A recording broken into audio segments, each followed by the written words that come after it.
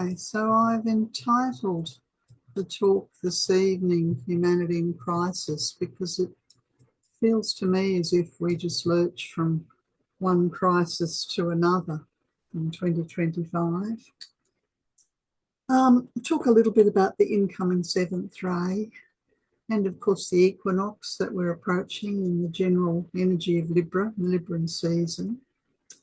Also talk about how the Libran energy and the seventh ray are connected to law and order, and the angelic week in the theosophical tradition, and specifically Archangel Zadkiel and Angel Amethyst, and a little bit about the incoming fourth ray. Yes, okay.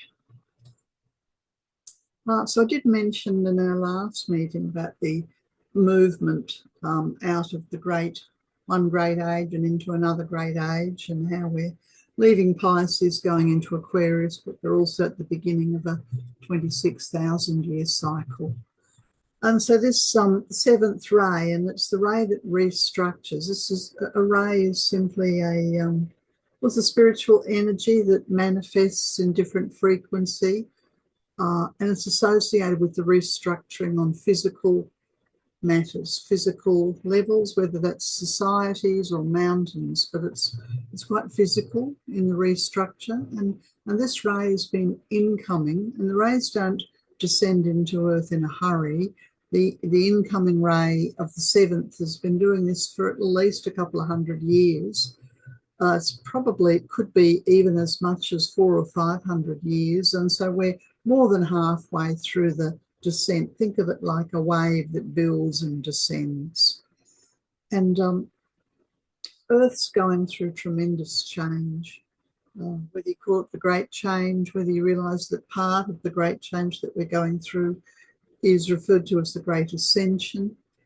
And as the two ages overlap, we have different decades that we've been through. In the 1960s, the spiritual hierarchy of Earth, the holy ones were approaching humanity.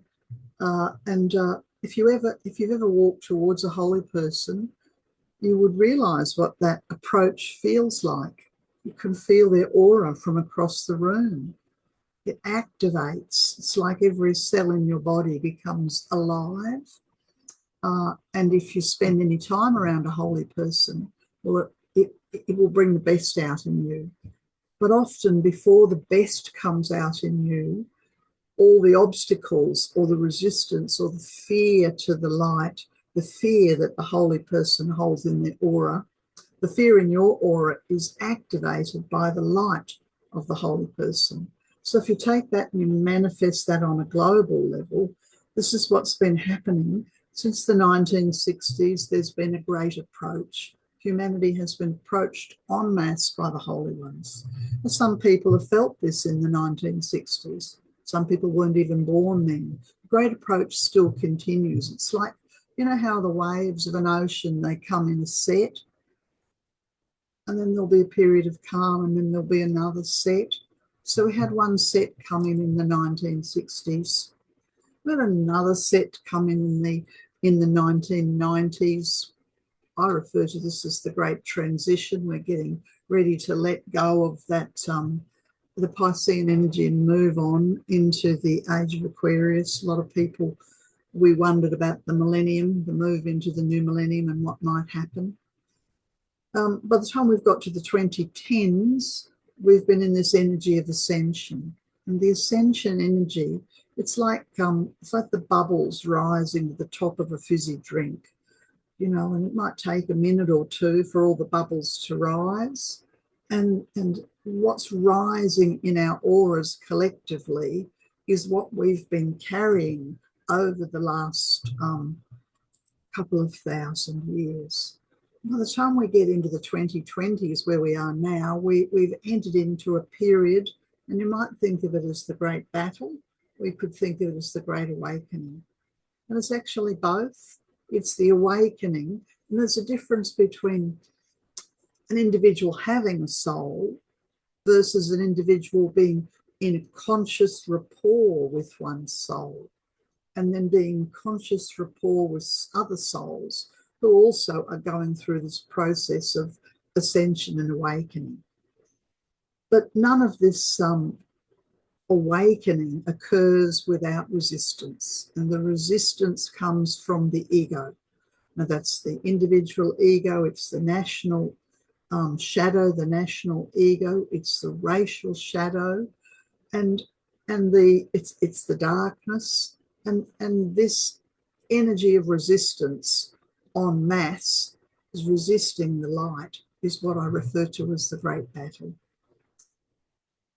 We don't know when the great reversal will take place. Will we suddenly wake up? Will we have, what do they call it, the 100 monkey theory or something, where 100 monkeys start to learn something and then somewhere else on the planet 1,000 monkeys are doing the same thing? When we get past the tipping point, where the darkness or the resistance or the battle, which appears like it's winning on the outer level of Earth at the moment, when it is overtaken by the light. Will that be this year? Will it be next year? Will it be next decade? We don't know. All we do know is that this is the process that we're going through. And it's discombobulating, to say the least, for most people on the planet. And somewhere in a few centuries' time, we will have a new dawn and a new humanity. I did talk about this in a talk I gave maybe a couple of years ago called Navigating the Way. Yes, but that's what we're going through in this period of the Great Ascension. The purpose of this is to evolve into the heart. Over that 2,150 years, what we need is for the mind, the rational mind, to give way, to cede to the heart, so that eventually we are governed and we make our choices from the heart and of the heart and through the heart and by the way of the heart. Now, astrologically, when you think about the heart from the soul's perspective, we think about the sign of Aquarius because it's governed by the second ray and the planet Jupiter. But on a worldly level, the sign of Aquarius, the age that we're moving into, is governed by the planet Uranus. And for some people, Uranus is wonderful because it brings excitement and stimulation and courage to take risks and transformation. And we see some of that on the planet. But we're also aware that in other people or in other aspects of society, it brings anarchy and a need to overthrow the old order and to do it with violence.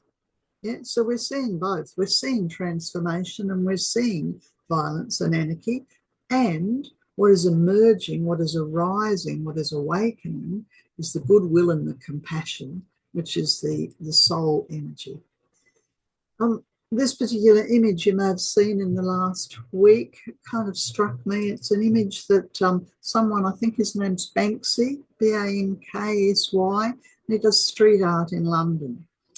And he painted this image on the wall of the Royal Courts of Justice, just to represent the fact that people are being arrested and beaten up in order for simply saying that they stand up for the Palestinians, and they are being called terrorists by the British government. Yeah, this is a law in Britain, and I think it's also happening in America. If you speak out on behalf of the Palestinian people, or indeed any oppressed people, then what is supposed to be justice in the royal courts in London and America is beating people up. So this seems to be completely upside down and inside out. And of course, the Royal Court of Justice in London got rid of this. They got rid of this street art very quickly, but not before it went viral around the planet. Yeah, so that's kind of epitomised to me the fact that everything's upside down and inside out and topsy-turvy. And there we have people who are supposed to be there for justice creating the anarchy. Okay, let's talk a little bit about the equinox. If you're in the southern hemisphere, well, we're we're heading towards. We've come out of our winter and we're going through the equinox towards spring. And if you're in the northern hemisphere, you're heading the opposite direction, leaving the summertime and heading towards the autumn. Yeah, so astrologically, equinox is when the day and the night, well, that's the astronomy of it, the hours of day and night are equal and balanced. And the equinox occurs when the sun enters into the sign of Libra, which is halfway between Northern Aries and Pisces, and esoterically is a sign associated with balance and integration, and interestingly, justice and karma. All of those things are part and parcel of the Libran period that we're entering into. 22nd or the 23rd of September depends where you are on the planet. Even if you look at the, I hit the record button, I think I did. Yeah.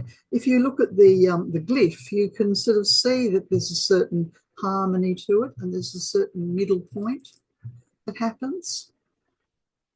Yeah, and it allows us and gives us time for integration.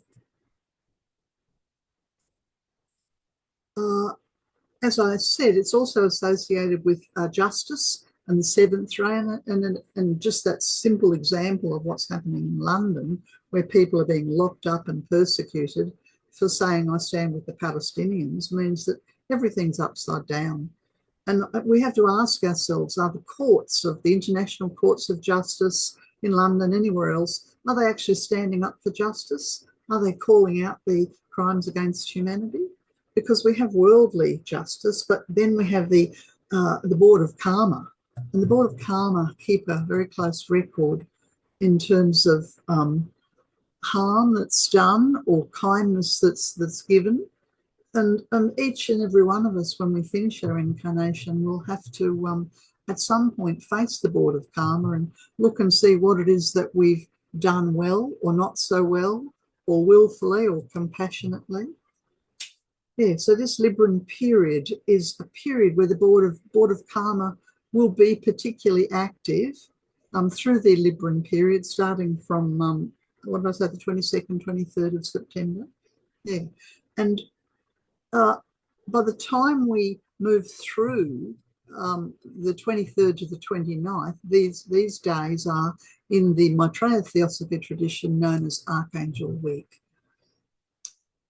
So that in the Christian tradition, the archangels are known according to their frequency and according to their, so many people know of Zadkiel or Jophiel or Shamuel, Gabriel, Raphael, Uriel, Michael. These are the 7 archangels before the throne of God, and their female counterparts, Amethyst, Constance, Charity, Hope, Mary, Donna Grace, and Faith. But as I said, in the Theosophical tradition, we celebrate the energy of these archangels, the male and the female archangels, on the days leading up to the 29th of September. This is a week where the energy rises to a peak on the 29th of December. And each of these days, and you'll notice this as we go through them next week, has a particular frequency. So, for instance, on the 23rd, you can work with the energy of the 7th ray, the energy of law and order. On the 24th, you can invoke the energy of Archangel Jophiel and work with the 6th ray of idealism and devotion and so on. Yes, so it's a week to celebrate. And more importantly, the angelic host, of course, they work throughout the year, but this particular week is very potent. And very potent because the summation of the year that's gone behind us and the year that's about to commence, because the 29th of September is a seed point esoterically for the year ahead. So most of us would think, well, the 1st of January, that's New Year's Day. But esoterically, the 29th of September is the seed that starts 2026, according to the karma of humanity. Yes, and remembering that the purpose of it all is to have balance, equilibrium, to recognise there's a battle going on the planet, and to be the best version of ourselves.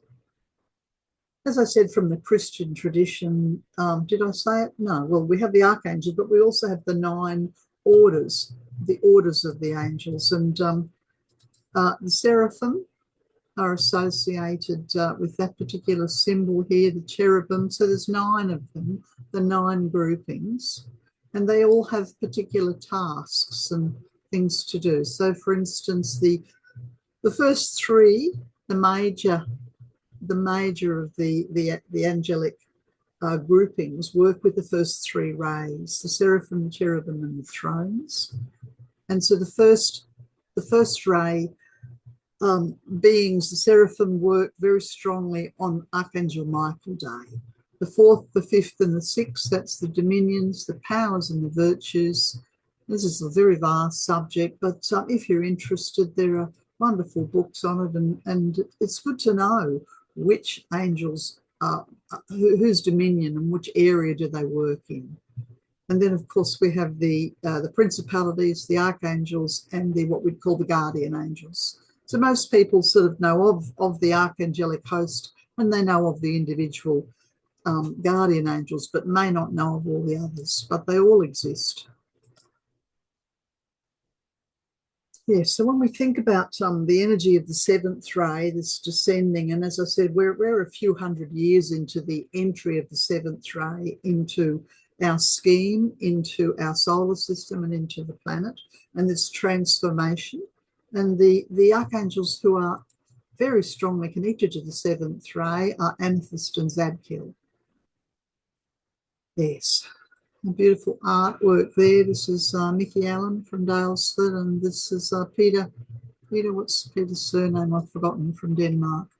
Beautiful angelic work there. And of course, the angelic host and their counterparts, you know, we have people who are known historically, like Jeanne d'Arc from the French tradition, who is associated with the first ray of will and power. And then we have more of a Christian image of Archangel Michael and faith, and they work with the energy of divine will. And for the majority of time on Earth, the spiritual hierarchy of Earth, the divine will is held in the background. And the reason for this is that we have our free will, and when we're trying to learn how to use it. But occasionally we get interventions. And it's not, of course, just in the Christian tradition. In the Buddhist tradition, we have the Dhyani Buddhas. You could say that they're the counterpart for the Roman Catholic archangels. First emanations of primeval light, the 7 Dhyani Chohans. Theosophically, we know about this as the 7 spirits of the presence, or the primeval gods, or the angels, the rays, or the powers, the seraphims, the architects, so many different names for them. It's not exclusively held by one particular religion. And so this energy of this downflow of the violet fire and the violet flame coming in brings this tremendous global change, inner and outer transformation. And so being able to work with the energy of invocation through Archangel Zadkiel, or Lady Archangel Amethyst, or working with the Lord Master R, recognising that there are particular foci or places around the planet where the 7th ray energy comes in very strongly. Cuba, very strong 7th ray energy. Mount Shasta in California. Romania in Europe. Hawaii could have easily had that there. And there are places on the inner levels where the work of the 7th ray, which is the work of transmutation, transformation, and transfiguration, where this work is done. And we can ask to be taken to the Temple of Purification on the inner if there are things that we're ready to let go of. And we can work and invoke with the energy of the violet fire and the violet flame. My spiritual teacher, the Lady Ananda Tarashan, wrote what she called the New World Prayer, an invocation for world peace. And that's a beautiful image there of the avatar of synthesis. And this is a very powerful prayer, and you're welcome to say it with me. I'm going to say it out loud because it holds great potency and energy. And when we feel helpless, that there's so much upheaval going on the planet, and we don't know how or in what way we can do anything about it, a prayer like this is wonderful. Avatar of synthesis, Lord of justice and will, Maitreya, Christ, Buddha, Avatar of the heart. Through the spirit of peace, come forth from the heart of God. Let peace descend on earth. Let peace descend on humanity. For the world has entered into a new phase where will and heart do merge, and justice and love shall govern the earth in the part of humanity which strives to live by the truth that God is good. Feel the pulsating love of God, whose love encompasses all living, in the name of the Sun Daughter, who, like the most radiant starlight, heals the earth. Be healed, earth, be light, earth, and let it be now. That's from Ananda Tarashan, written in the 90s, I think, and, you could say that every day. Now, from the Theosophical tradition comes the teaching to do with the 5 planetary centres. And these are particularly important as we are on a planetary level going through such transformation and change, because the 5 planetary centres, they are like the correlation of the major chakras in the aura. And these are entry points within the physical body of the earth where we have cities. And so the archangels are working and heralding and calling and asking us to work with them, because literally everything around us is going through collapse. I can't recall which of the Lord Dwell Cool's books the 5 planetary centres are mentioned, but we have Darjeeling, which of course is India. Up the top there we have New York, and you'll see here Darjeeling's associated with the crown chakra. New York associated with the brow chakra, which of course we know the dweller, the ego, the personality likes to maintain control of the brow chakra. When it has control of the brow or New York, then it controls the entire body. We have London, the throat chakra, remembering that the throat chakra is connected in a pair with the sacral chakra. So deep cleansing has to happen to get the throat chakra to work well. Geneva, place where the United Nations was inaugurated, is the heart chakra, and Tokyo as the solar plexus chakra. Of course, there are other entry points, minor places, but these 5 are very important. So when I was thinking about this in the last week or so, I thought about Darjeeling, and I thought, well, India's been very, very ancient civilization, and then it has been economically, I don't know for how long, interacting very strongly with the Western hemispheres, but it has pivoted in 2025, literally in the last month or so, and is beginning to interact economically with Brazil, Russia, China, the BRICS nations. New York, well, I think most people can see that New York and therefore America is going through a collapse, a detonation, a crisis. Whether we'll end up with civil war there, we don't know, but it's certainly gone off the rails.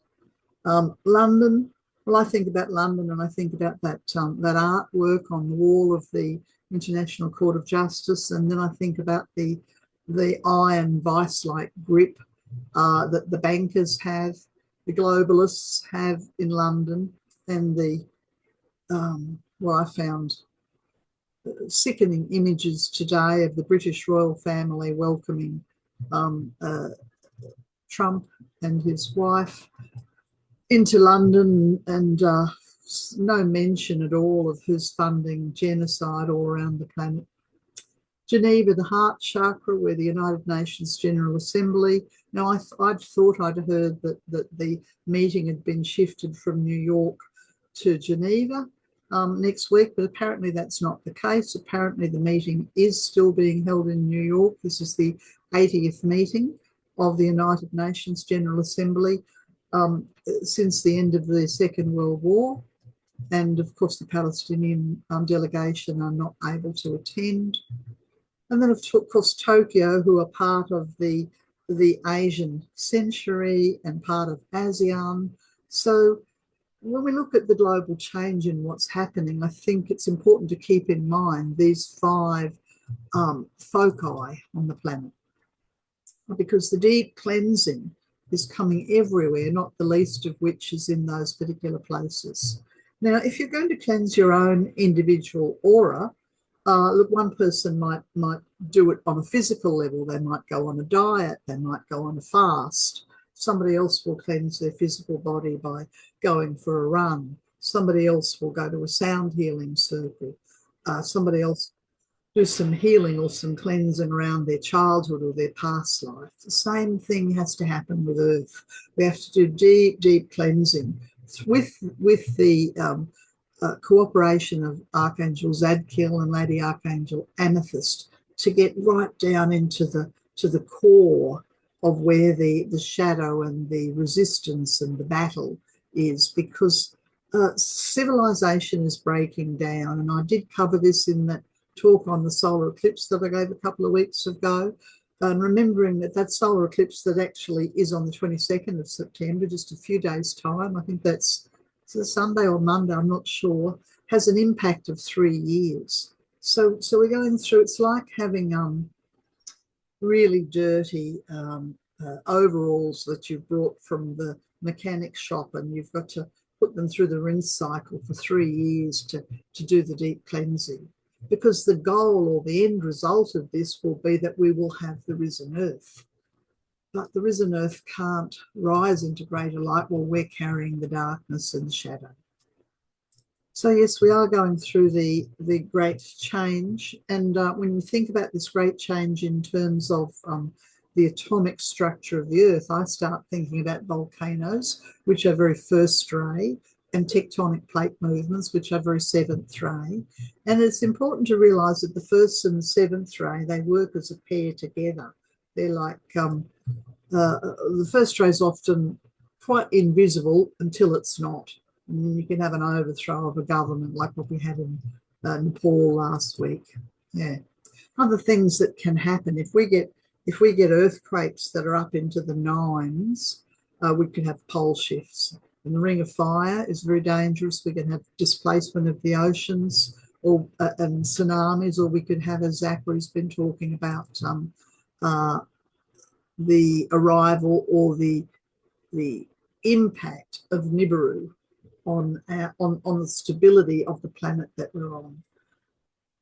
And all of this under the watchful eye of the Board of Karma, you know, how much, because I don't think there's any coincidence that in periods of great upheaval, societally, politically, economically, we also have great upheaval on a physiological and a physical level, as above, so below. I thought I'd show you this list of earthquakes. Now, I think these are simply the 2025 earthquakes. And bearing in mind that from my perspective, when something like, for instance, on the 30th of July, we had an 8.8 on the peninsula in Russia, in the northern Pacific. They say 8.8, but I'm inclined to think that it's at least a 9 something or other. I think the what's reported is often downsized. And then, of course, we had the Myanmar quake in March, which I'm sure people are still dealing with the after effects of that. Honduras, I didn't even realise there was a major 7.6 quake. Where's that, in February in the Caribbean? Antarctica, 7.5 in the South Atlantic. Ecuador, also on the edge of the Pacific. That's a 7.4 in January. Chile on the Pacific. Alaska on the North Pacific. Here we have the South Pacific, Tibet, South Pacific, and Papua New Guinea. So I look at that and I go, okay, well, I don't know whether we normally get that many large quakes in a 9-month period. I'm not sure. But what I do know, and what bothers me about it really, is that I've got 11 out of 11 on the Ring of Fire. Well, that's right, because even the one in Chile was, maybe that wasn't on the Ring of Fire, but all the rest of them, they're all around the Pacific Ocean. This one here doesn't look like it is. That might be a mistake of mine. And so the Ring of Fire is particularly dangerous, and earthquake activity around the Pacific is very dangerous. And then I had a bit of a look to see, well, what are the biggest earthquakes that have ever been recorded since we've been recording the size of them? And I discovered that the glasses on here. So here's a 9.1, 2011. 8, 9.2. So here's the Pacific coast, and we've got Chile, 9.5. That looks like the biggest, yeah, number 1. Chile, number 1. Alaska, number 2. Over here, Sumatra, number 3. Japan, number 4. Russia, that's where the 8.8 was a few weeks ago, number 5.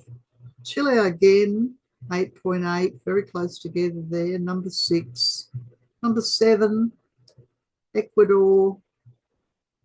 Number 8, where is number 8? There it is, Alaska. So 2 in Alaska, 2 in Chile, 2 in the Pacific, and 3 that aren't connected to the Pacific. One of them's in India, one of them's in Sumatra, which I hasten to say is pretty close to the equator, and the other one, so 2 in Sumatra. So I look at that and I go, okay, the biggest earthquakes ever since we've been recording, and 7 out of 10 of them are on the Ring of Fire, and they go up to 9.5. Yeah, so it means we've got to watch the Ring of Fire. Now, earthquakes are generally associated with the planet Uranus, whereas volcanic activity is associated with the planet Vulcan. The Vulcan, or the volcanic activity, and this is 18th, that's today, isn't it?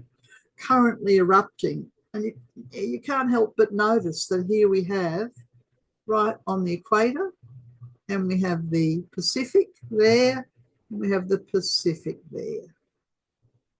So we do have what looks like Iceland, and we do have the Mediterranean, and we do have 2 in Africa, but it appears to be around, you see, even the ones over here on the Pacific, on the American Pacific, they're hanging around the equator. So I look at that and I think, well, the equator is very dangerous, and the Ring of Fire is particularly dangerous for both volcanoes and for earthquakes.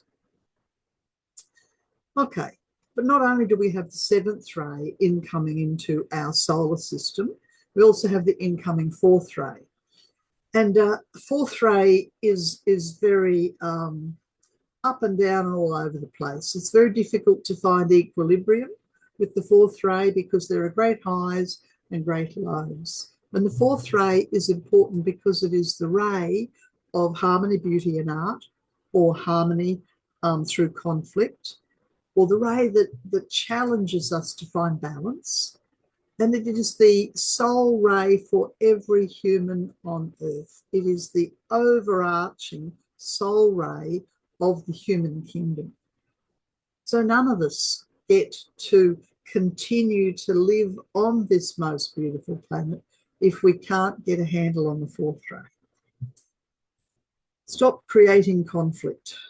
And the Lord DK tells us that from 2025 onwards, the 4th ray, instead of trickling in to our solar system, begins to pour in. And there are 3 places that I know of that have a 4th ray soul. That's Germany, Brazil and Austria. So I don't know whether that means that they will be extremely pivotal, whether they'll lead or whether they'll have more upheaval, I'm not sure. But Brazil's certainly part of the BRICS. Germany is, I would imagine, trying to deal with some of the old karma from the Second World War. And Austria, well, I don't know. Austria was supposedly neutral, but made a lot of money out of work with the Nazis. Yeah, so with the fourth ray coming in, we have to recognise that we have duality within and without us, and it's up to us to maintain harmony and equanimity rather than being at war with ourselves or at war with anyone else. Because it's the human condition to think, well, I'm all right, Jack, it must be their problem. So we kind of have to own our own shadow.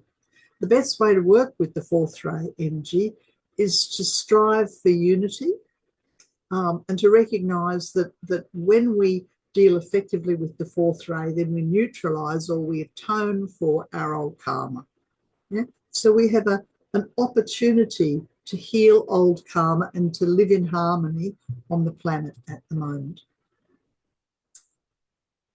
Yes, and the fourth ray ashrams, well, the fourth ray has a very strong connection to Egypt and the Lord Serapis Bey and the Lady Isis. But it's also got a very strong connection to the intergalactic realms and the space beings. I don't think I've included that in this slideshow. No, I've only put the Egyptian stuff there. But when I was thinking about the incoming fourth ray, and I was thinking about Egypt, and I started thinking about how with the genocide that's going on in the Middle East, that the Israeli government had hoped earlier in 2025 that Egypt would be the solution to their problem, that Egypt would open the border and take the people who are driven out of Palestine.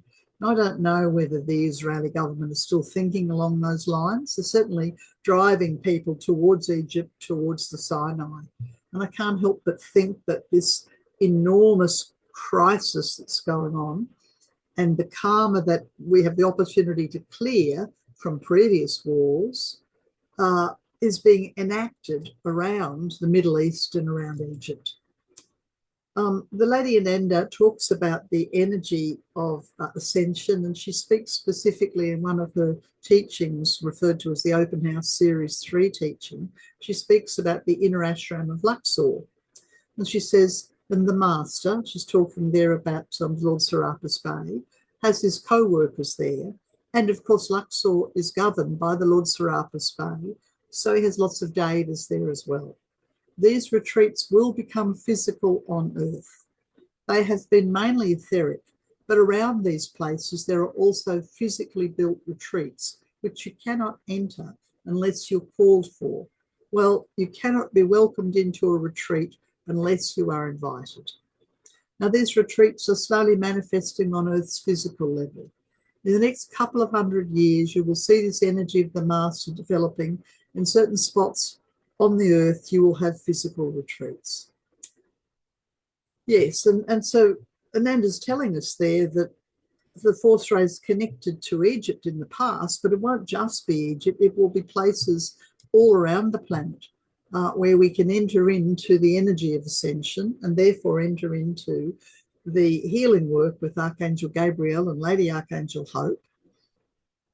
And of course, there's a connection with Mount Shasta, that's the seventh ray energy there, and the Elohim of the seventh ray. I've mixed the two rays up here. The Elohim Purity and Astrea focus very much with the energy of transformation near the Gulf of Archangels in Russia. So there are places around the planet where we can go for transformation, transmutation. We can go in our inner bodies, we can go in a physical body to these places. And when I was thinking about Egypt, you know, and so if you look here, you see the ancient city of Luxor and the ascension temples there and the very ancient civilization of Egypt there. But here is the region that is being ethnically cleansed. And here's the no man's land, the Sinai Peninsula. And this is the region that, and currently Egypt owns this region since the war in 67, I can't remember. And Israel is hoping that they open the border gate here at Rafah, and so that they can displace all the Palestinians and send them into literally the desert. And of course, when you start thinking about this, this rings a bell to me because this is almost the opposite of what happened with Moses, you know, back in the day. There's a beautiful image there of Lady Isis and the Saqqara temple. But this whole region is part and parcel of this fourth ray and transformational energy. And you could say that the karma of the planet is being worked out through this region. And this particular photograph here is the exodus from Gaza City last weekend, 13th and 14th of September. It hasn't stopped. And I saw figures that said there 100,000 people had been displaced just last weekend. And as I said, I'm looking at that image and it just reminds me of the Exodus. And it's been called an Exodus. This is coming out of Israel, being pushed to Egypt. Whereas in the time of the Pharaohs, in the time of Moses, it was the other way around.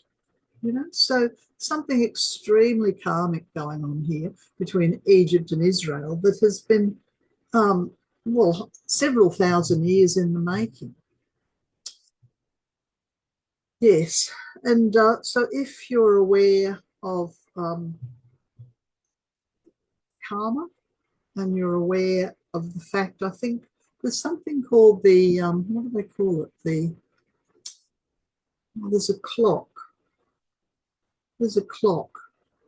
What do they call it?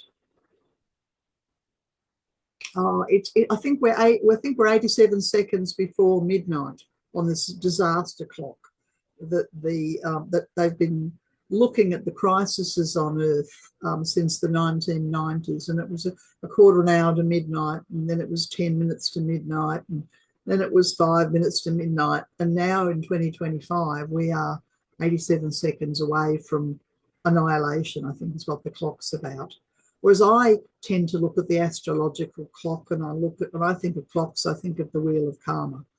And so we have to do everything that we can to recognise that this tremendous cleansing and purification that's going on really requires the best intention of all of us to be able to reverse things and move them in a new direction.